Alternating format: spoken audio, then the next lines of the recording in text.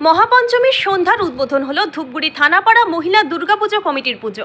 প্রতি বছরের মতো এবছরও থানাপাড়া মহিলা দুর্গাপুজো কমিটি 15তম দুর্গাপুজোর আয়োজন করেছে। ধূপগুড়ি মহকুমার মহিলা প্রশাসনিক আধিকারিকদের দিয়ে এদিন পুজোর উদ্বোধন হলো।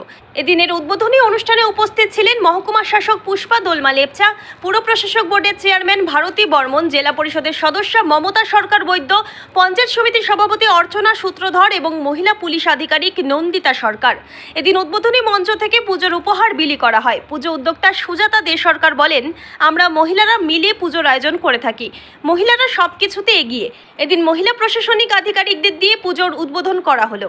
আমাদের এবার 15তম পুজো, আমাদের মহিলা পরিচালিত যেহেতু পুজো, আমাদের চেষ্টা রাখি যাতে মহিলারাই আমাদের সর্বসম্মতভাবে সব কিছু আমরাই করতে পারি।